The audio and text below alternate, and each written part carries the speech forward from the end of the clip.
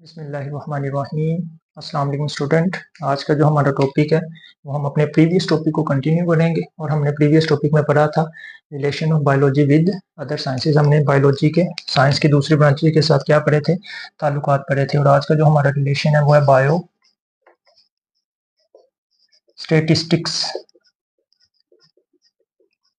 यानी आज के टॉपिक में हमने बायो का स्टेटिस्टिक ब्रांच के साथ साइंस की ताल्लुक पढ़ना है। स्टेटिस्टिक है ऐसी ब्रांच है साइंस की जिसमें हम क्या पढ़ते हैं, दादो शुमार के मुतालिक पढ़ते हैं।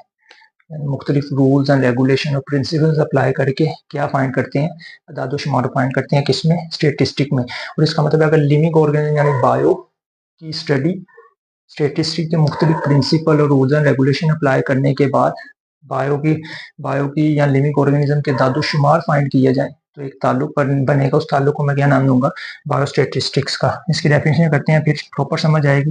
कहता है biostatistics is the study of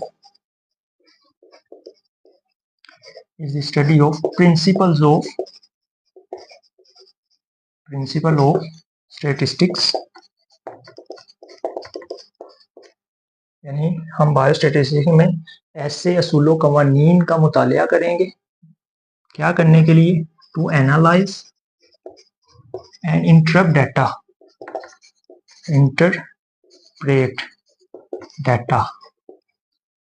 यानी कि स्टेटिस्टिक के असूलों कवानीन प्रिंसिपल का मुतालिया उस डाटा की तजज़ी करने के लिए, डाटा का तजिया करने के लिए या डाटा की क्या करने के लिए, तशरीह करने के लिए। और वो डाटा कौन सा होगा, रिलेटेड टू लिविंग ऑर्गेनिज्म।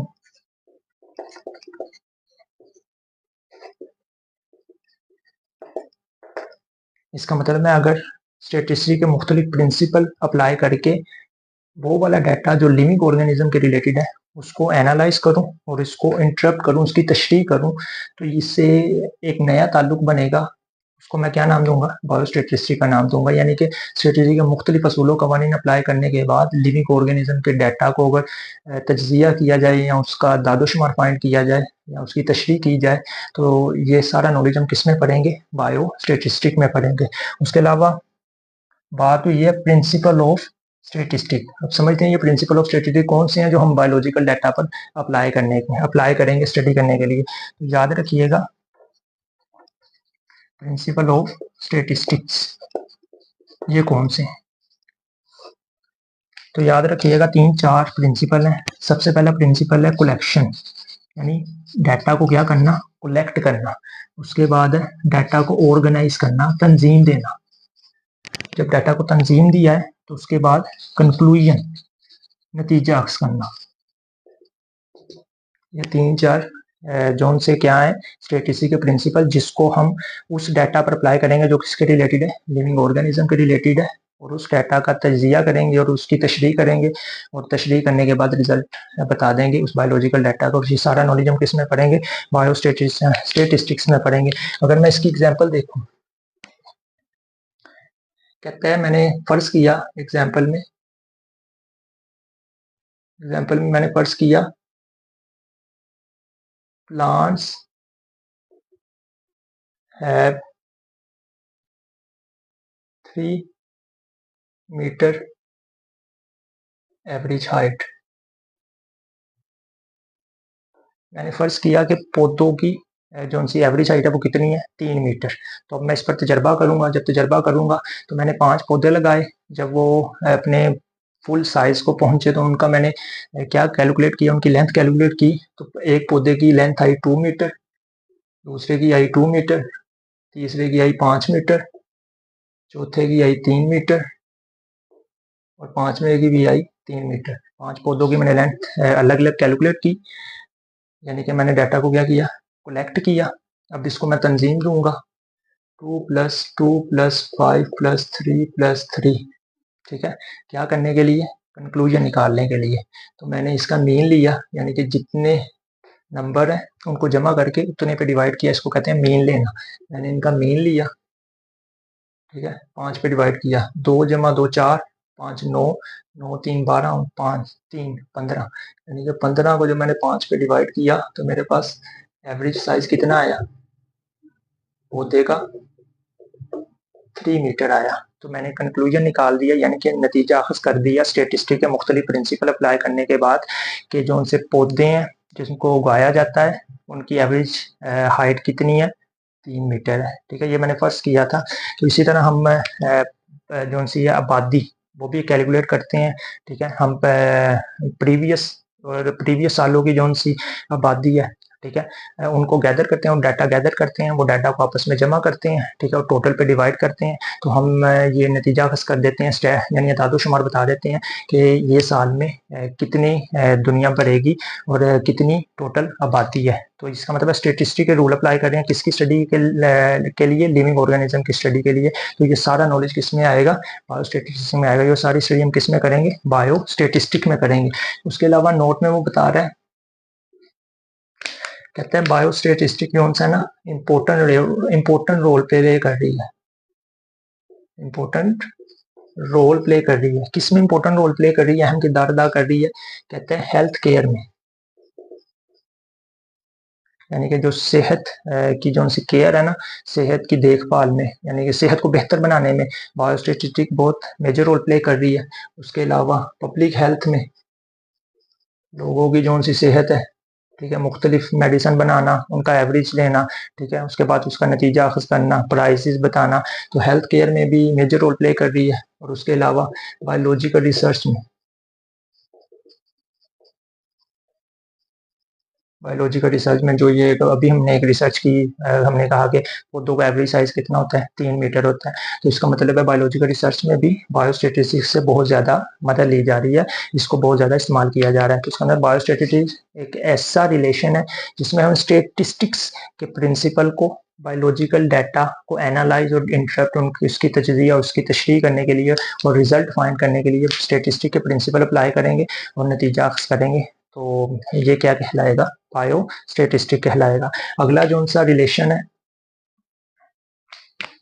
वो है biotechnology, biotechnology simple bio living organism और टेक्नोलॉजी, यानी कि लिविंग ऑर्गेनिज्म पर टेक्नोलॉजी अप्लाई करेंगे। क्या करने के लिए, बेनिफिशरी प्रोडक्ट यानी फ़ायदेमंद चीज़ें हासिल करने के लिए। उसकी अगर प्रॉपर डेफिनेशन की जाए, कहता है biotechnology deal with the use of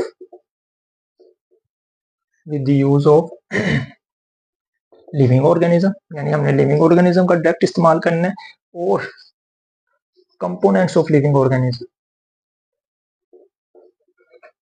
यानी लिविंग ऑर्गेनिज्म के कंपोनेंट्स, जीन हो सकता है, ठीक है, उसके अलावा बॉडी का कोई भी हिस्सा हो सकता है, उसका इस्तेमाल करना है। क्या करने के लिए, टू डिवेल्प, बनाने के लिए, क्या हासिल करने के लिए, बेनिफिशरी प्रोडक्ट, फायदामंद चीजें,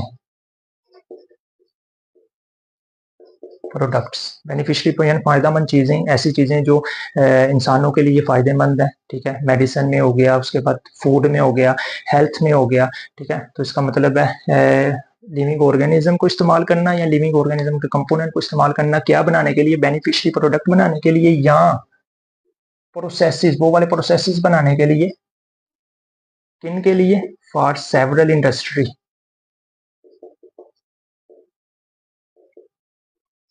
यानी इंडस्ट्रियों के लिए मुख्तलिफ प्रोसेसेस बनाने के लिए।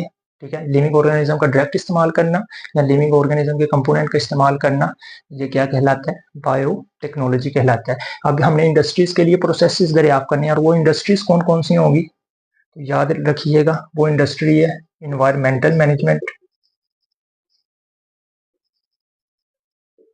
इन्वायरमेंटल मैनेजमेंट इन्वायरमेंट के अंदर, उसके अलावा एग्रीकल्चर, यानी ज़राअत वगैरह के लिए हम या खुद लिविंग ऑर्गेनिज्म का इस्तेमाल करेंगे या लिविंग ऑर्गेनिज्म के कंपोनेंट का इस्तेमाल करेंगे।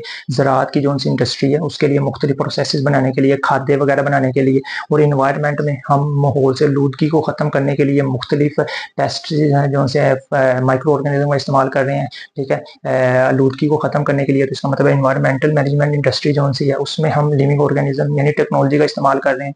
एग्रीकल्चर में कि या ज़राअत वगैरह में टेक्नोलॉजी का इस्तेमाल कर रहे हैं। उसके अलावा हेल्थ में सेहत में मुख्तलिफ मेडिसिन बनाई जा रही हैं बायोटेक्नोलॉजी का क्या करके, इस्तेमाल करके, जिसकी मिसाल आपकी बुक में दी हुई है, एग्जाम्पल दी हुई है। कहता है ये जो उनसे इंसुलिन है, ये हम कहाँ से बना रहे हैं, माइक्रो ऑर्गेनिज्म पर टेक्नोलॉजी अप्लाई करके, यानी माइक्रो ऑर्गेनिज्म का इस्तेमाल करके हम क्या बना रहे हैं, और वो माइक्रो ऑर्गेनिज्म कौन से है, ई कोलाई बैक्टीरिया, यानी ई कोलाई बैक्टीरिया का इस्तेमाल करके हम क्या बना रहे हैं, इंसुलिन बना रहे हैं।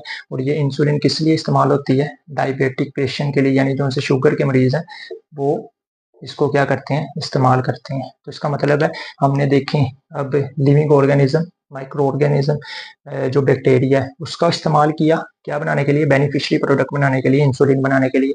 इसके अलावा जीन का इस्तेमाल किया जा रहा है जेनेटिकली मॉडिफाइड ऑर्गेनिज्म बनाने के लिए, तो इसका मतलब है वो कंपोनेंट हो गए लिविंग ऑर्गेनिज्म के। ये इंसानों को खुद इस्तेमाल करना है, ये इंसानों के क्या करने हैं, कंपोनेंट इस्तेमाल करने हैं, क्या फायदेमंद चीजें हासिल करने के लिए, या इंडस्ट्रीज के अंदर मुख्तलिफ फायदे हासिल करने के लिए, पोल्यूशन को खत्म करने के लिए, ज़राअत को बेहतर बनाने के लिए, सेहत को बेहतर करने के लिए। तो लिविंग ऑर्गेनिज्म पर टेक्नोलॉजी अप्लाई करके चीज़ें निकालना या लेना, या लिविंग ऑर्गेनिज्म के कंपोनेंट पर चीज़ें निकालना या लेना, इससे ये रिलेशन बायोलॉजी का कौन सा रिलेशन है, वो है बायो इकोनॉमी,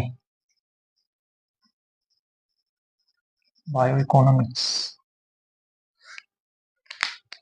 बायो में हम स्टडी करते हैं लिविंग ऑर्गेनिज्म के मुतालिक, और इकोनॉमी में हम स्टडी करते हैं माशियत के मुतालिक। इसका मतलब है जानदारों की माशी लिहाज से जो उनकी स्टडी है वो क्या कहलाएगी, बायो इकोनॉमी कहलाएगी। अगर इसकी प्रॉपर डेफिनेशन करें, कहता है bio economy is the study of organism from economical point of view, यानी जानदार का मुतालिया माशी नुक्ता नज़र से करना क्या कहलाता है, बायो इकोनॉमी कहलाता है। कहता है बायो इकोनॉमी में जो से बायो इकोनॉमिस्ट हैं, ठीक है, यानी जो बायो इकोनॉमी की स्टडी के माहिर हैं, जिन्होंने ये रिलेशन पर ग्रिप है, जिन्होंने ये स्टडी किया, जो बायो इकोनॉमिक्स है, वो क्या करते हैं, वो कॉस्ट और प्रॉफिट वैल्यू को कैलकुलेट करते हैं ताकि वैरायटी ऑफ क्रॉप्स को क्या किया जाए, डेवलप किया जाए, यानी नई नई फसलें जो सी हैं उनको डेवलप करने के लिए जो उनसे साइंसदान है, जो बायो इकोनॉमिक्स हैं, ठीक है, वो क्या कर रहे हैं, वो कॉस्ट वैल्यू यानी जितनी लागत आई है, ठीक है, जितनी क्या आई है, ज़मीन पर लागत आई है फसल पैदा करने में, फसल को उगाने में, ठीक है, वो लागत आई है, और उसके बाद फसल बेची, उसके बाद जो सा प्रॉफिट हुआ है, ठीक है, कैलकुलेट करते हैं नफ़ा नुकसान कितना हुआ है, ताकि क्रॉप्स यानी फसल मज़ीद तरह तरह की फसलों को क्या किया जाए, पैदा किया जाए। तो उसका मतलब है ये जो उनसे कॉस्ट वैल्यू की हम स्टडी कर रहे हैं, प्रॉफिट वैल्यू की स्टडी कर रहे हैं, नई नई फसलें पैदा कर रहे हैं, तो ये जानदार की हम माशी लिहाज से स्टडी कर रहे हैं। तो ये किस में हम सारा स्टेप मुतालिया करेंगे, बायो इकोनॉमी में करेंगे, यानी कि बायो इकोनॉमी की कैसा रिलेशन है जिसमें हम जानदार की माशी लिहाज से यानी फ़ायदे नुकसान के लिहाज से स्टडी करते हैं। और तो अगर आज के लेक्चर की अगर मैं समरी करूं, तो आज के लेक्चर में हमने लास्ट 3 रिलेशंस पढ़े बायोलॉजी के। सबसे पहले हमने रिलेशन पढ़ा बायोस्टेटिस्टिक्स, उसमें हमने मुख्तलिफ स्टेटिस्टिकल प्रिंसिपल और रूल्स और रेगुलेशन अप्लाई किए उस डाटा पर, बायोलॉजिकल डाटा पर, ताकि बायोलॉजिकल डाटा को स्टडी किया जाए, उससे कंक्लूजन हासिल किया जाए।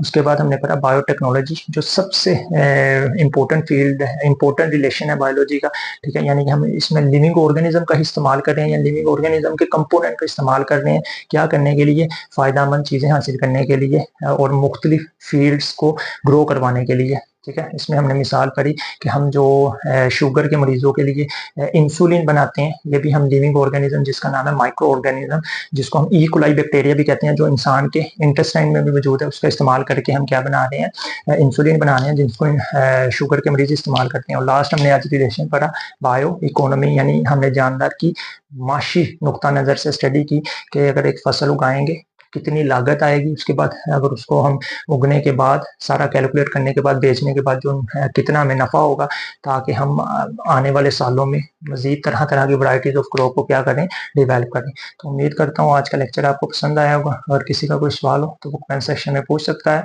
और अगर आपको वीडियो अच्छी लगे तो वीडियो को लाइक करें, शेयर करें और चैनल को सब्सक्राइब करें।